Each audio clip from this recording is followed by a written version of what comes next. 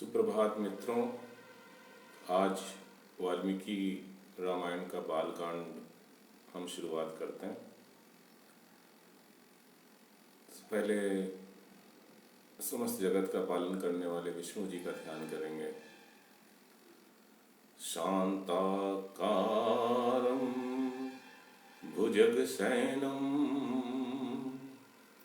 पद्मनाभं सुरेशं विश्वाधारं गगनसदृशं मेघवर्णं शुभांगं।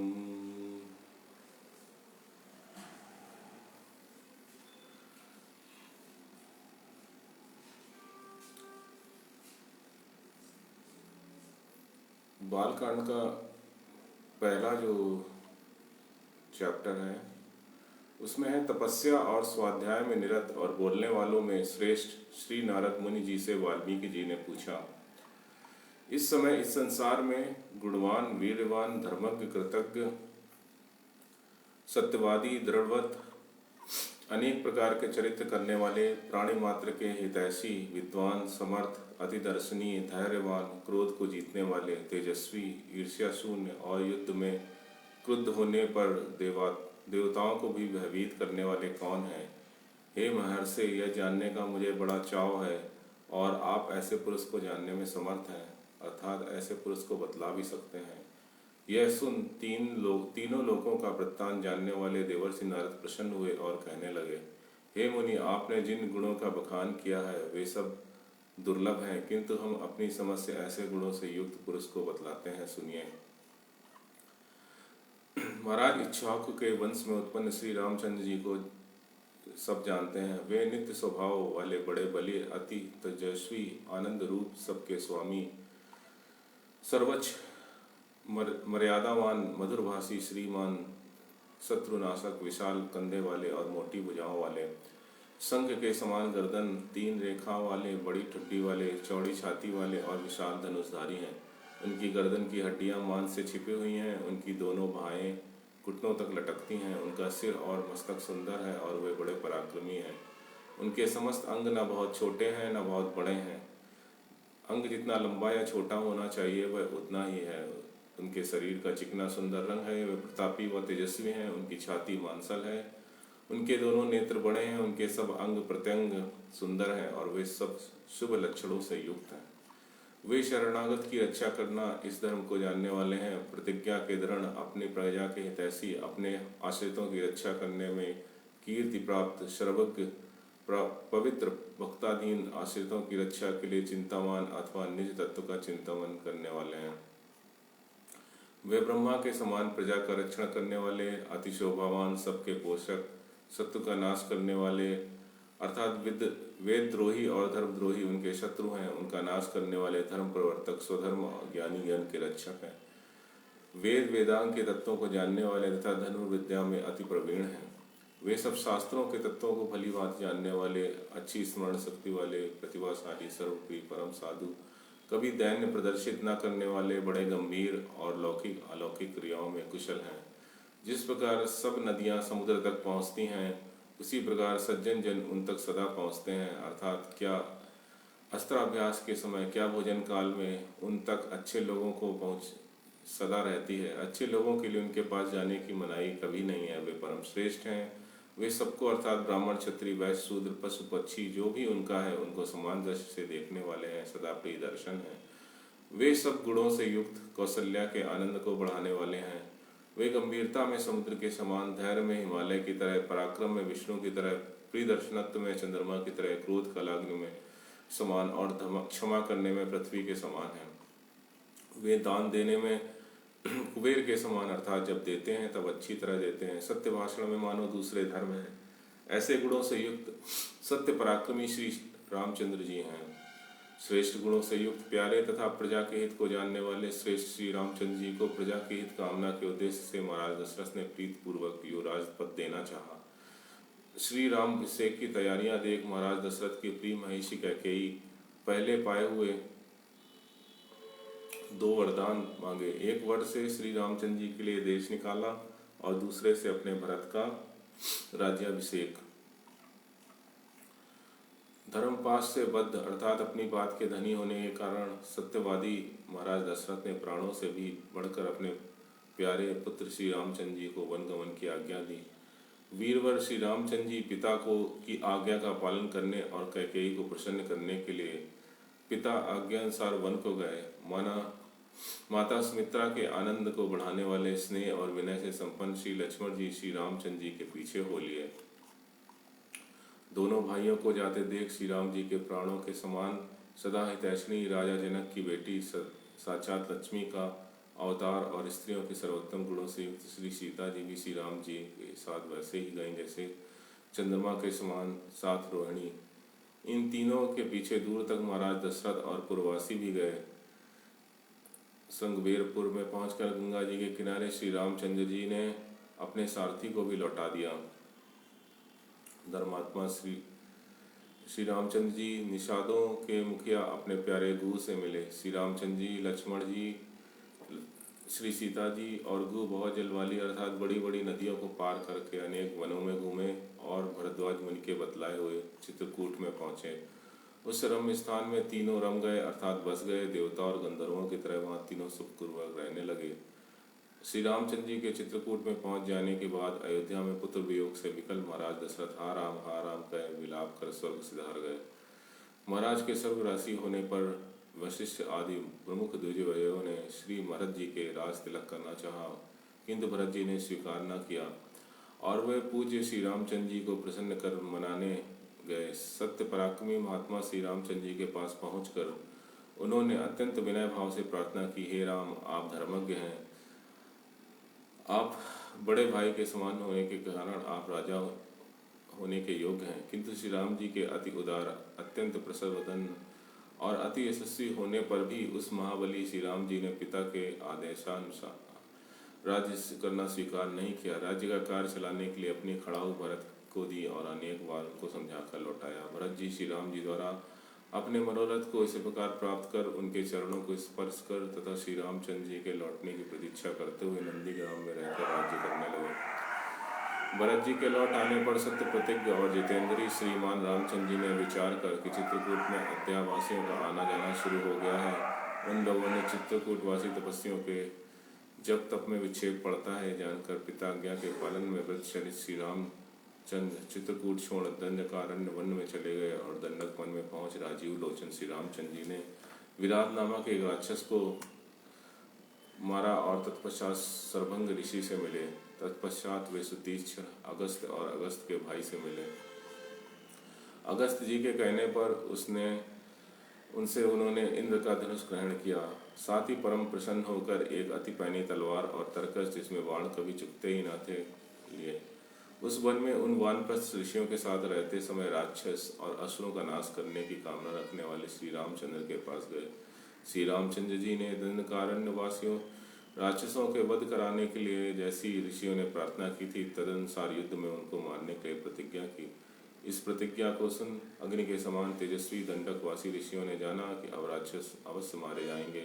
इसके पश्चात उसी जन स्थान में गए रहने वाली कामरूपिणी राक्षसी सूर्पनखा को उन्होंने विरूप किया। तत्पश्चात सूर्पनखा के वाक्यों से उत्तेजित हो लड़ने के लिए आए खरदूषण, तिश्रादि तथा उनके सब अंचलों को श्री रामचंद्र जी ने युद्ध में मार डाला। श्री रामचंद्र जी ने उस वन में बसते हुए 14,000 राक्षसों को मार डाला। अपनी जाति वालों के वध का संवाद सुन रावण बहुत क्रुद्ध हुआ और मारीच नामक राक्षस से सहायता मांगी। मारीच ने रावण को बहुत मना किया और कहा कि हे रावण, अपने से अधिक बलवान के साथ शत्रुता करना अच्छी बात नहीं है। किंतु कालवशवर्ती रावण ने मारीच की बातों का अनादर किया और उसी समय मारीच को साथ ले वह उस आश्रम में गया जहाँ श्री रामचंद्र जी रहते थे। मारीच दोनों राजकुमारों को आश्रम से दूर हटा ले गया। उसी समय रावण जटायु नामक गिद्ध को मार श्री रामचंद्र जी की भार्या श्री जानकी जी को हर ले गया।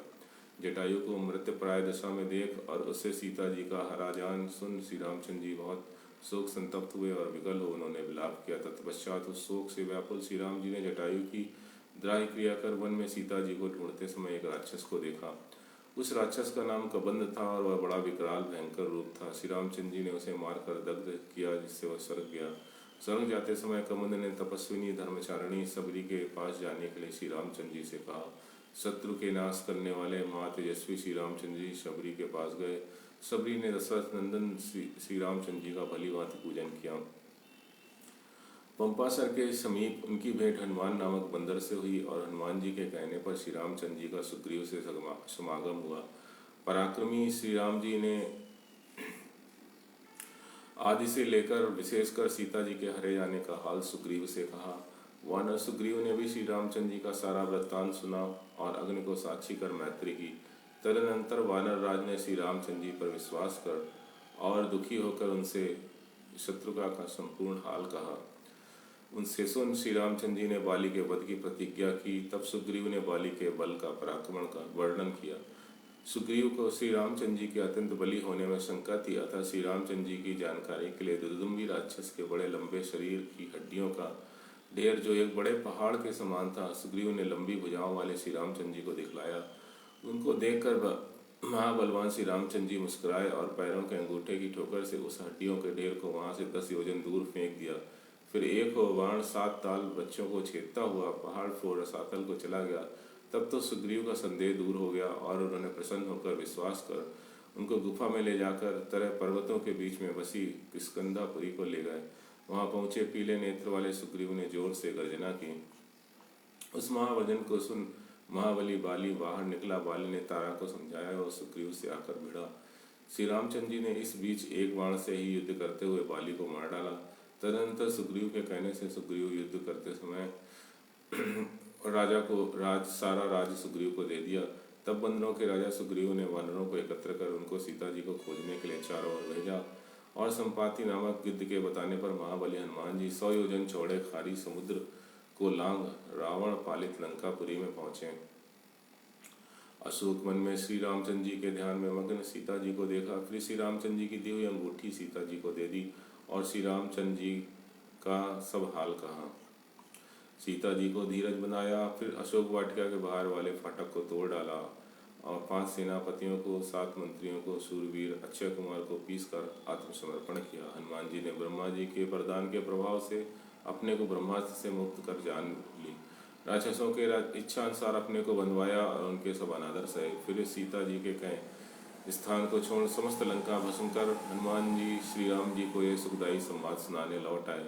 श्री रामचंद्र जी की परिक्रमा कर अपरिमित धैर्य और बलवान हनुमान जी ने सीता जी को देखने के लिए ज्यों का त्यों समस्त वृत्तांत उनसे कहा। तब सुग्रीव आदि को साथ ले जाने समुद्र के तट पर पहुंचे और सूर्य के समान चमचमाते बाण से समुद्र को क्षुब्ध कर डाला। तब नदीपति समुद्र सामने आया और उसके कथनानुसार नल ने समुद्र का पुल बांधा। उस पुल पर तो श्री रामचंद्र जी लंका पहुंचे और रावण का युद्ध में वध कर सीता जी को प्राप्त कर बहुत संकोच में पड़ गए। सीता जी को कठोर वचन कहे। कठोर वचनों को सहकर सीता जी ने जलती आग में प्रवेश किया। तब अग्निदेव की साक्षी से सीता को निष्पाप माना। सब देवताओं में पूजित श्री रामचंद्र जी प्रसन्न हुए। श्री रामचंद्र जी के इस कार्य से तीनों लोग चराचर देव और ऋषि संतुष्ट हुए। तदनंतर राक्षस राज विभीषण लंका के राज सिंहासन पर बैठा।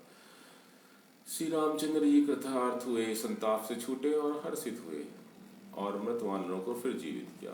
सुग्रीव विभीषण आदि सहित पुष्पक विमान में बैठकर अयोध्या नगरी को रवाना हुए। भरद्वाज ऋषि के आश्रम में पहुंच सत्य पराक्रमी श्री रामचंद्र जी ने हनुमान जी को भरत जी के पास भेजा और फिर सुग्रीव से अपना पूर्व वृत्तांत कहते हुए पुष्पक वन पर सवार नंदीग्राम में पहुंचे। अच्छी तरह पिता की आज्ञा का पालन करने वाले श्री राम जी भाइयों सहित जटा विसर्जन कर अर्थात बड़े बालों को कटवा सीता को प्राप्त कर अयोध्या की राजगद्दी पर विराजे। श्री रामचंद्र जी की राजा सिंहासन पर होने पर प्रजाजन आनंदित हुए और सुधार्मिक हो गए। उनको ना शारीरिक व्यथा थी, ना मानसिक चिंता थी, ना दुर्भिक्ष का भय था। किसी को पुत्र शोक भी नहीं था, ना कोई स्त्री विधवा होती थी, ना स्त्रियां पति किसी के घर में आग लगती, ना किसी को जल में डूबकर ही मरता था।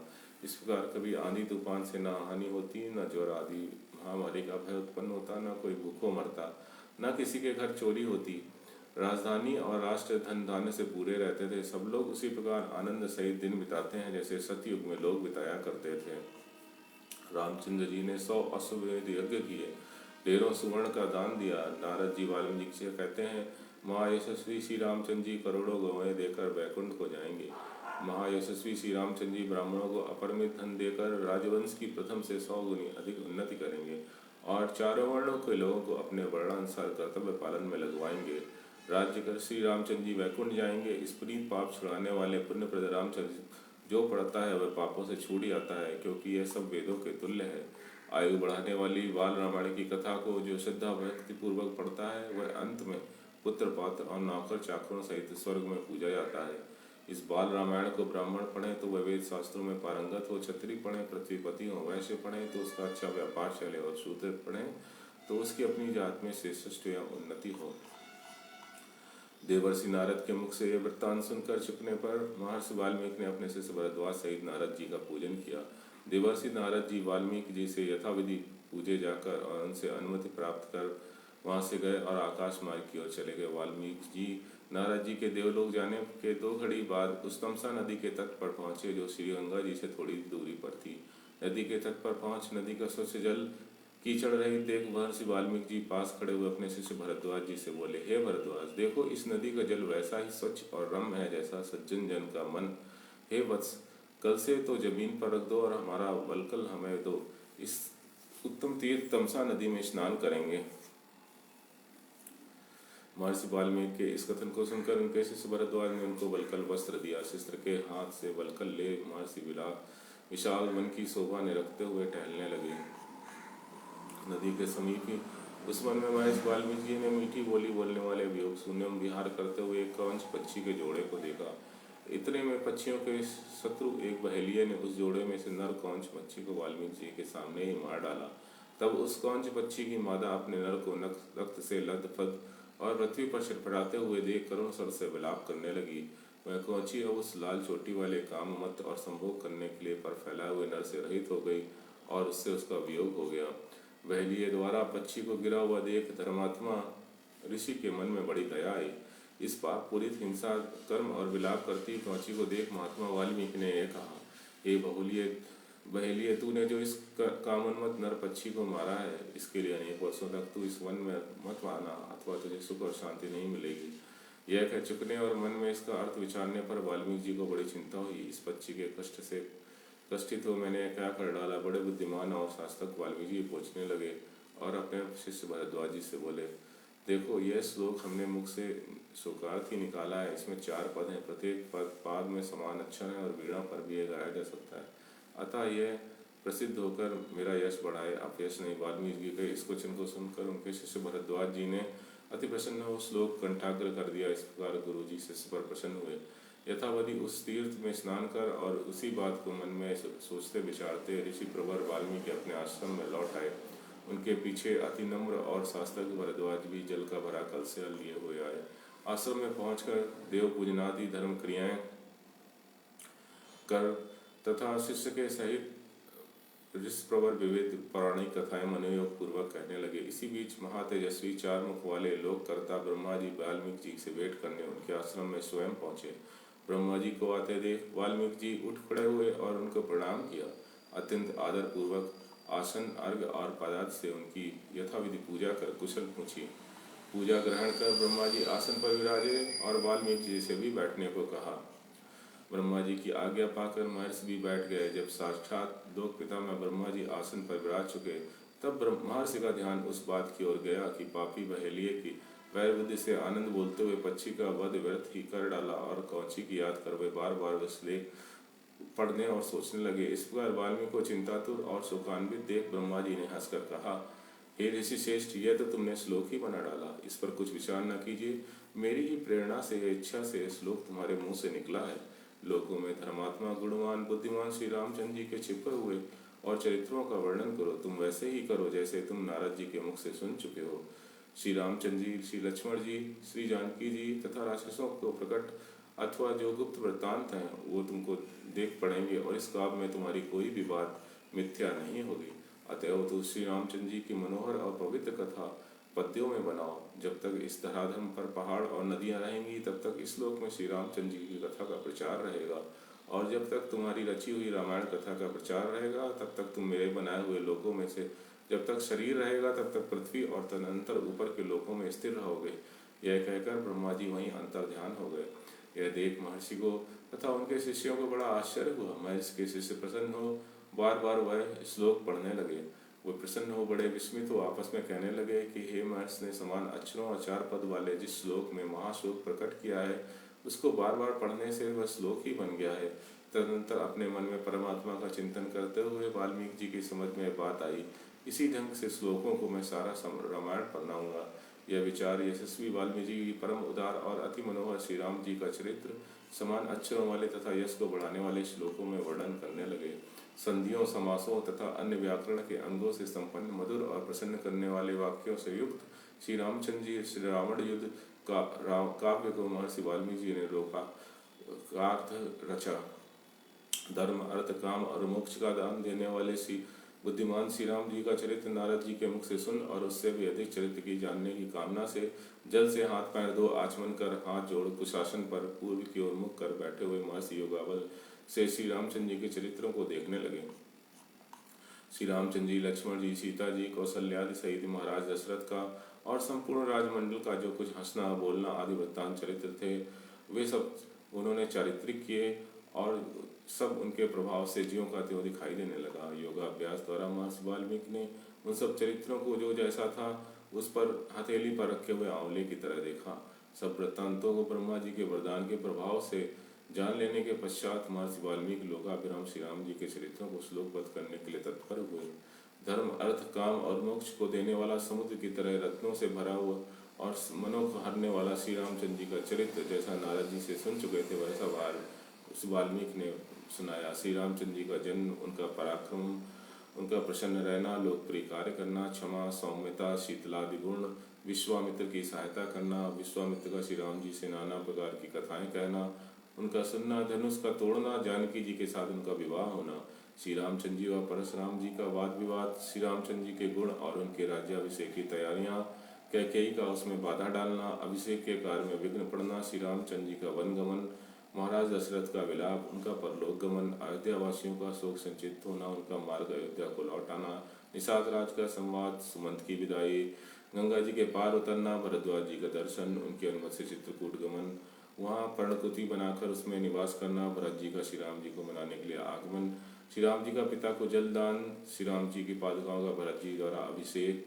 और उनका राज सिंहासन पर रहकर अयोध्या में शासन करना, श्री रामचंद्र जी का दंड कार्य विराधवध, सर्वंग का दर्शन, सुती चिर से भेंट, अनुसुईया जी से मिलना, उनके द्वारा सीता जी को अंगराग दिया जाना, अगस्त जी का दर्शन, जटायु से भेंट, पंचवटी में जाना, शूर्पणखा को दिखलाई देना, शूर्पणखा से बातचीत, उसको विरूप करना, खरतिश्रादि का मारा जाना, रावण का निकलना, मारीच वध, सीता हरण, श्री रामचंद्र जी विलाप करना, जटायु की रावण द्वारा हिंसा, कबंध का मिलना, पंपासर देखना, शबरी का मिलना और हनुमान से भेंट होना, रस्यमुख पर्वत पर गमन, सुग्रीव से समागम, सुग्रीव को बालीवध का विश्वास दिलाना, उसके साथ मैत्री होना, बाली सुग्रीव की लड़ाई, बाली का वध, सुग्रीव का राज्याभिषेक, तारा का विलाप, वर्षा ऋतु में पर्वत पर श्री रामचंद्र जी का निवास, सुग्रीव पर श्री रामचंद्र जी का कोप, वानरी सेना को जमा करना, वानरों को सीता जी का पता लगाने के लिए भूमंडल का वृत्तांत समझाकर भेजा जाना, श्री रामचंद्र जी का हनुमान जी को अंगूठी देना, वानरों का बिल में प्रवेश, उपासवादी समुद्र तट पर मृत्यु की आकांक्षा करना,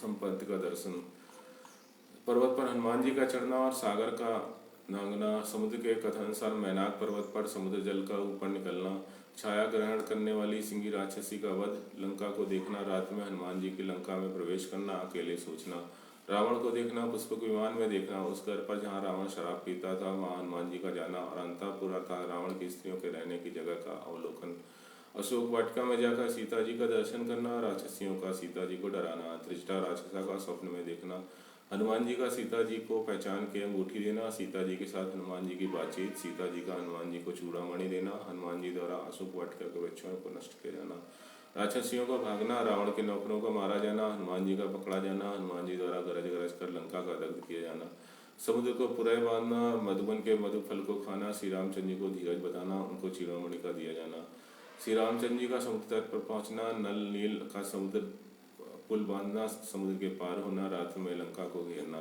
रावण के भाई विभीषण का श्री रामचंद्र जी से समागम होना, रावण के वध का उपाय बतलाना, कुंभकर्ण का मारा जाना और मेघनाथ का वध,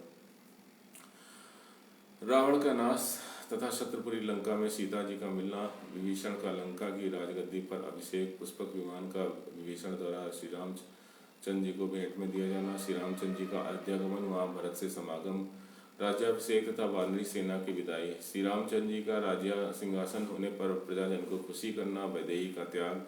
इसके अतिरिक्त श्री रामचंद्र जी ने इस भूमंडल पर जो चरित्र किए उन सब का वर्णन इसका वाल्मीकि जी ने किया है।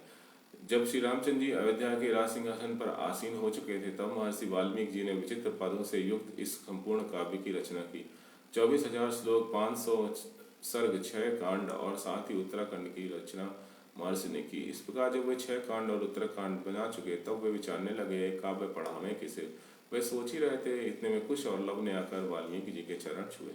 उन यशस्वी धर्मात्मा दोनों राजपुत्रों को महर्षि ने देखा, जिनका कंठ स्वर बड़ा मधुर था और उन्हीं के आश्रम में दिनों वे वास करते थे। बुद्धिमान और वेदों में निष्ठा रखने वाले जानकर वेदों अर्थ को श्लोकों में प्रकट कर महर्षि ने उन दोनों को एक काव्य पढ़ाया। सीताराम के संपूर्ण चरित्र रावण वध के वृत्तांत सहित इस काव्य का नाम पौलस्त्य वध काव्य रखा। जब चरित्र पढ़ने तथा गाने में मधुर तीनों प्रमाणों से युक्त 7 स्वरों से बना हुआ वह वीणादि बजाकर गाने के योग्य बनाया। श्रृंगार, करुण, हास्य, रौद्र, भयानक, वीर, विवद और अद्भुत, अशांत, इन 9 रसों से युक्त काव्य को कुश और लव ने गाया। वे दोनों राजकुमार गान विद्या में निपुण, ताल और स्वर को भलीभांति जानने वाले, स्वर संपन्न और गंधर्वों की तरह सुंदर थे। सुस्वरूप, सुलक्षणों से संपन्न, मीठे कंठ वाले दोनों राजकुमार ऐसे जान पड़ते थे मानो श्री रामचंद्र जी की देह प्रतिबिंब अलग रखे हों। प्रशंसनीय उन दोनों राजकुमारों ने अत्यंतम धर्म को बताने वाले रामायण काव्य को पढ़ कंठाग्र कर डाला। वे ऋषि, ब्राह्मण और साधुओं के समाज रामचंद्र को जैसा उन्हें बतलाया गया था बड़ी सावधानी से गाया करते थे।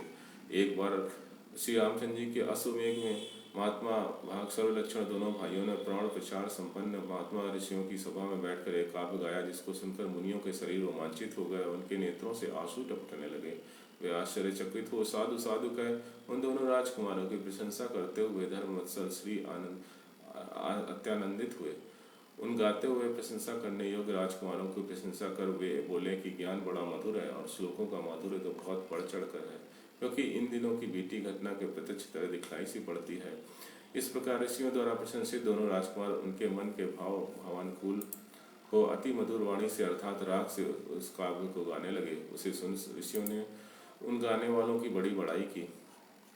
राग सहित मधुर कंठ से गाने वाले उन राजकुमारों के मधुर गान पर प्रसन्न हो सुनने वालों में से किसी ने हंसकर उनको कलसा, किसी ने वलकल, किसी ने मृगचर्म, किसी ने यज्ञोपवीत, किसी ने कमंडल, किसी ने मेखला, किसी ने आसन, किसी ने कौपीन, किसी ने कुल्हाड़ी, किसी ने वस्त्र, किसी ने चीर, किसी ने जटा बांधने का डोरा, किसी ने यज्ञ पात्र और किसी ने माला दी। किसी ने प्रसन्न होकर स्वस्ति और आयुष्मान का आशीर्वाद दिया। इस प्रकार वह प्रशंसा होकर कहने लगे, यह काव्य पीछे के कवियों का आधार स्वरूप है और यथाक्रम समाप्त किया गया है। यह ग्रंथ जैसा अद्भुत है वैसा ही गीत विशारद दोनों राजकुमारों ने इसे गाया है। यह काव्य श्रोताओं की आयु बढ़ाने वाला, उनकी पुष्टि करने वाला, सुनने सबके मन को हरने वाला है। इस प्रकार मुनियों से प्रशंसित दोनों राजकुमारों को राजमार्ग पर जाते हुए श्री रामचंद्र जी ने देखा और वे उन दोनों भाई कुश और लव को अपने भवन में लिवा ले गए। शत्रु का नाश करने वाले श्री राम जी ने घर पर उनका सत्कार करने योग्य दोनों कुमारों को भली भांति आदर सत्कार कर सुवर्ण दिव्य सिंहासन पर बैठाया। मंत्रियों और भाइयों सहित बैठे हुए श्री रामचंद्र जी उन रूपमान और सुशिक्षित दोनों भाइयों को देखकर लक्ष्मण, शत्रुघ्न और भरत से कहने लगे, इन देव समान तेजस्वी गायकों के गान किए हुए इतिहास को सुनो। इसमें नाना प्रकार के उचित अर्थ सहित पद हैं। यह कह दोनों बालकों को अच्छे प्रकार गाने की आज्ञा दी। तब उन दोनों ने उस भली भांति सीखे हुए काव्य को वीणा के स्वर के साथ मिलाकर उच्च स्वर में स्पष्ट गाया। उस सभा में बैठे हुए लोगों के मन और हृदय उस गान को सुनकर अत्यंत आह्लादित हो गए। श्री रामचंद्र जी भी कहने लगे, राज लक्षणों से युक्त इन बड़े तपस्वी लव और कुश ने प्रभावतक जो चरित्र गाए हैं वे मुझे बहुत अच्छे जान पड़ते हैं। इस प्रकार श्री रामचंद्र जी द्वारा प्रोत्साहित हो दोनों भाई ज्ञान विद्या में रणनीति को सरसा कर बड़ी अच्छी तरह गाने लगे। सभा में श्री रामचंद्र जी का गान सुन धीरे धीरे उनके गान पर मोहित हो गए। राजा वैवस्वत, मनु आदि जयशाली राजाओं के समय से यह सप्तद्वीप का अखिल पृथ्वी अपूर्व ही चली आती अथवा महात्मा अनुज से लेकर जयशाली राजाओं के समय से इस पृथ्वी मंडल पर एक छत्र शासन रहा है। जिस वंश में वे सगर नाम के राजा हुए, उनके 60,000 पुत्र चला करते थे जिन्होंने समुद्र को खोजा था। उन महात्मा इक्ष्वाकु वंश वाले राजाओं के वंश में यह महाकथा उत्पन्न हुई है और रामायण के नाम से जगत प्रसिद्ध है, उसी रामायण कथा को हम आद्यंत सुनेंगे। अतः इस ईर्ष्याडाय को छोड़कर श्रद्धा सहित सुनना चाहिए। सरयू नदी के तट पर संतुष्ट जनों से पूर्ण धन धान्य से भरा पूरा उत्तरोत्तर उन्नति को प्राप्त कौशल नामक एक बड़ा देश था। इसी देश में मनुष्यों के आदि राजा प्रसिद्ध महाराज मनु की नगरी बसाई हुई तीनों लोकों में विख्यात अयोध्या नाम की एक नगरी थी। यह महापुरी 12 योजन चौड़ी थी। नगरी में बड़ी सुंदर और लंबी चौड़ी सड़कें थीं। वह पुरी चारों ओर फैली हुई बड़ी बड़ी सड़कों से सुशोभित थी। सड़कों पर नित्य जल छिड़का जाता था, फूल बिछाए जाते थे। इंद्र की अमरावती की तरह महाराज दशरथ ने उस पुरी को सजाया था। इस पुरी में राज्य को खूब बढ़ाने वाले महाराज दशरथ उसी प्रकार रहते थे इस बार स्वर्ग में इंद्र वास करते हैं। उस पुरी में बड़े बड़े तोरण, सुंदर बाजार, नगरी की रक्षा हेतु चतुर शिल्पियों द्वारा बनाए हुए सब प्रकार के यंत्र और शस्त्र रखे हुए थे। उसमें सूत, मागध, बंदीजन भी रहते थे। वहाँ के निवासी अतुल धन संपन्न थे। उसमें बड़ी बड़ी ऊंची अटारियों वाले मकान जो ध्वजा पताकाओं से सुशोभित थे बने हुए थे। परकोटे वाली दीवारों पर सैकड़ों तोपें चढ़ी हुई थीं। स्त्रियों की नाट्य समितियों की भी उसमें कमी नहीं थी। सर्वत्र जगह पार्क यानी उद्यान थे और आम के बाग नगरी की शोभा बढ़ा रहे थे। नगर के चारों ओर शाखाओं के लंबे लंबे वृक्ष जान पड़ते थे। अयोध्या रूपी स्त्री करदनी पहने हो। यह नगरी दुर्गम किले और खाई से युक्त थी तथा उसे किसी प्रकार की शत्रुजन अपने हाथ नहीं लगा सकते थे। हाथी, घोड़े, बैल, ऊंट, खच्चर सब जगह दिखाई देते थे। करद राजाओं और पहलवानों का यहाँ सदा जमाव रहता था। उस पुरी में अनेक देशों के लोग व्यापारादि धंधों के लिए बसते थे। रत्न खचित महलों और पर्वतों से वह पुरी शोभायमान हो रही थी। वहाँ पर स्त्रियों के क्रीड़ागृह भी बने हुए थे जिनकी सुंदरता देख यह जान पड़ता था मानो यह दूसरी अमरावती पुरी है। राजभवनों का सुनहला रंग था। नगरी में सुंदर स्वरूपवती स्त्रियां रहती थी। रत्नों के ढेरों वहाँ लगे रहते थे और आकाश रूपी मकान में वहाँ जहाँ देखो वहाँ दिखाई देते थे। उसमें चौरस भूमि पर बड़े मजबूत और सघन मकान अर्थात बड़ी सघन बस्ती थी। नगरी में साठी के चावलों के ढेर लगे होते थे। कुओं में गन्ने के रस जैसा मीठा जल भरा होता था। नगाड़े, मृदंग, वीणा, पनस आदि बाजों की ध्वनि से नगरी सदा प्रतिध्वनित होती थी। पृथ्वी तट पर तो इसके टक्कर की दूसरी नगरी नहीं थी। उस पुरी में तब द्वारा स्वर्ग से गए हुए सिद्ध पुरुषों के विमानों जैसे सुंदर घर बने हुए थे। उस उत्तम कोटि के मनुष्य रहा करते थे। उसमें ऐसे वीर थे जो असहाय और युद्ध छोड़कर भागने वाले शत्रु का कभी वध नहीं करते थे, जो शब्दवेदी बाण चलाते थे, जो बाण चलाने में फुर्तीले थे तथा जो अस्त्र शस्त्र विद्या से पूर्ण निपुण थे। सिंह, व्याघ्र, वृराह, अन्य पशु जो वनों में दहाड़ते हुए घुमा करते थे, उनको अस्त्र शस्त्रों से तथा उनको मल युद्ध से करके मारने वाले वीर इस नगरी में अनेक थे। अर्थात हस्त लगोता शरीर बल वीरगण बहुत बड़े चढ़े थे। ऐसे हजारों महावरती वहाँ रहते थे। महाराज दशरथ ने इस प्रकार से अयोध्या नगरी बसाई थी।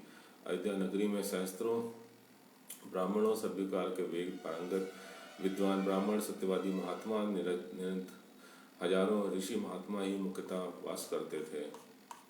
उस अयोध्यापुरी में वेद वेदार जानने वाले, सब वस्तुओं का संग्रह करने वाले, सत्य प्रतिज्ञ, दूरदर्शी, महातेजस्वी, इच्छाकुवंश में महारथी, अनेक यज्ञ करने वाले, धर्म में व्रत तथा सब में अपने वश में करने वाले, महर्षियों के समान, कुबेर के समान महाराज दशरथ ने अयोध्यापुरी में राज्य करते हुए उसी प्रकार प्रज्ञा पालन किया जैसे महाराज मनु किया करते थे। सत्यसंध तथा तिवर्ग प्राप्ति के लिए अनुष्ठान करने वाले महाराज दशरथ अयोध्यापुरी का पालन उसी प्रकार करते थे जैसे इंद्र अपनी अमरावती पुरी का करते थे। उस श्रेष्ठ अयोध्यापुरी में सुख से बसने वाले धर्मात्मा, बहुश्रुत अर्थात बहुत सा जमाना देखे वाले हुए, धन से संतुष्ट, निर्लोभी, सत्यवादी पुरुष रहते थे। उस उत्तम पुरी में गरीब यानी धनीन तो कोई था ही नहीं, बल्कि कम धन वाला भी कोई नहीं था। जहाँ जितने कमुंड थे, जितने लोग बसते थे, सबके पास धन, धान्य, गल, गाय, बैल और घोड़े थे। अयोध्यापुरी में लंपट, कायर, नृशंस, मूर्ख, नास्तिक आदमी तो ढूंढने पर भी नहीं मिलते थे। अयोध्यावासियों क्या स्त्री क्या पुरुष, सबके सब धर्मात्मा और जितेंद्रीय थे। वे अपने शुद्ध और निष्कलंक आचरणों से निष्पाप महर्षियों से टक्कर लेते थे और इन सब कार्यों में ऋषियों के समान थे। वहाँ ऐसा भी एक जन नहीं था जो कानों में कुंडल, सिर पर मुकुट तथा गले में पुष्प माला धारण न करता हो, जो तेल फुलेल चंदन न लगाता हो, जो हर प्रकार से सुखी न हो। ऐसा कोई नहीं था जिसके शरीर से बदबू आती हो। वहाँ ऐसा एक भी जन नहीं था जो अशुद्ध खाना खाता हो, जो भूखे को अन्न न देता हो, या जिसके गले और हाथों में सोने के गहने ना हो, जिसे अपने मन को जीत न रखा हो। अयोध्या में ना तो ऐसा कोई पुरुष था जिसे अग्निहोत्र बलि वैश्य करना चाहिए, और ऐसा नहीं था जो नीच स्वभाव का हो, या चोर हो, या वर्ण संकर हो।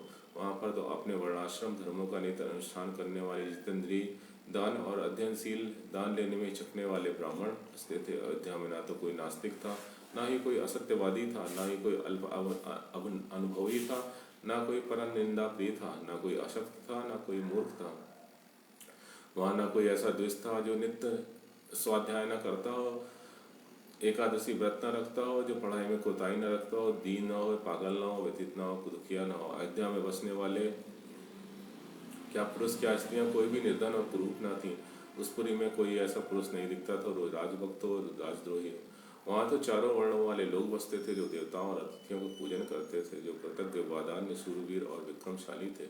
सब अयोध्यावासी दीर्घ आयु वाले, धर्म और सत्य का आचरण करने वाले, पुत्र, पौत्र और स्त्रियों से भरे पूरे थे। वहाँ के क्षत्रिय ब्राह्मणों के आज्ञाकारी, वैश्यगण क्षत्रियों के अनुवर्ती और शूद्रगण अपने वर के अनुसार ब्राह्मण, क्षत्रिय और वैश्य जाति के लोगों की सेवा करने वाले थे। महाराज दशरथ उसी प्रकार अयोध्यापुरी का पालन किया करते थे जिस प्रकार उनके पूर्वज बुद्धिमान नरेंद्र महाराज मनु कर चुके थे। अग्नि के समान तेजस्वी, सरल चित्त, शत्रु बल को न सहने वाले, अस्त्र शस्त्र परिचालन में निपुण योद्धाओं से अयोध्यापुरी उसी प्रकार भरी हुई थी जिस प्रकार पर्वत कंदराएं सिंहों से भरी होती हैं। इनके घोड़ों के समान कम्बोज, बाली, वनायुज और सिंधु नदी के समीपवर्ती देशों में उत्पन्न हुए घोड़ों की जात के उत्तम युक्त घोड़ों से अयोध्यापुरी सुशोभित थी। विंध्याचल और हिमालय पर्वत में उत्पन्न मदमस्त अति बलशाली पहाड़ों की नाई, ऊंचे महापद्म और इन तीन जातियों के लक्षणों से युक्त सभी प्रकार से अपने नाम को सार्थक करते, जिसमें धनी मनुष्य निवास करते थे। महाराज दशरथ इंद्र की तरह वास करते थे। उस इच्छाकुल महाराज दशरथ के मंत्रीगण सर्वगुण संपन्न, सर्व परमात्मा में निपुण, अपने स्वामी के मन की गति को समझाने वाले, महाराज की सदा भलाई चाहने वाले थे। महाराज दशरथ के मंत्रिमंडल में 8 मंत्री थे। वे सब बड़े यशस्वी, ईमानदार और नित्य राज्य कार्य में निरत रहने वाले थे। 8 मंत्रियों के नाम थे दृष्टि, जयंत, विजय, सिद्धार्थ, अर्थ साधक, अशोक, मंत्रपाल और सुमंत्र। इनके अतिरिक्त ऋषि वर वशिष्ठ और वामदेव महाराज को यज्ञ भी कराते थे और मंत्री पद का काम भी करते थे। ये सब मंत्री विद्या विनय संपन्न, कार्य कुशल, जितेंद्रीय, आपस में सद्भाव रखने वाले, प्रजा की भलाई करने वाले और सभी वृत्तांतों को जानने वाले थे। वे सब मंत्री अर्थ और सैन्य विभागों के कामों में चतुर, निपुण और निरपराध को न सताने वाले थे। वे वीर, उत्साह को नियमित रखने वाले, राजनीति में निपुण और राज्यों में बसने वाले परिवात्माओं की रक्षा करने वाले थे। वे ब्राह्मणों और क्षत्रियों को बिना सताए ही राजकोष की वृद्धि करने वाले थे और अपराधी का बलाबल विचार कर कठोर दंड की व्यवस्था करने वाले थे। मंत्रियों में परस्पर एक और आतंक ऐसा था कि राजधानी और राज्य में ना तो कोई झूठा, लंपट और दुराचारी मनुष्य परखने पाता था। राजभर में अमन चैन विराजता था। वे लोग अच्छे वस्त्र पहनते थे, अच्छा वेशभूषा रखते थे और तथा बड़े सुशील थे। वे सदा राजा हित करने वाले और नीति से चलने वाले थे। वे बड़े अच्छे गुणों के ग्राहक और प्रसिद्ध पराक्रमी थे। वे अपने बुद्धिबल से विदेशस्थ पुरुषों के भी गुण तोड़ दास लेने में व्याप्त थे। वे संधि और विग्रह की नीति के मर्मज्ञ, वास्तविक संपत्ति वाले, राजकाज संबंधी सलाह को छिपा रखने वाले, प्रतिभावान और सूक्ष्म विचार करने के लिए सदा तत्पर रहते थे। वे नीति शास्त्र में विशेषज्ञ और सदैव प्रिय वचन बोलने वाले थे। इस प्रकार गुणयुक्त मंत्रिमंडल से युक्त महाराज दशरथ भेदिया पुलिस द्वारा राज के समाचार जानकर प्रजा का मनोरंजन करते हुए पृथ्वी पर राज्य करते थे। वे अधर्म त्याग कर प्रजा का पालन करते थे।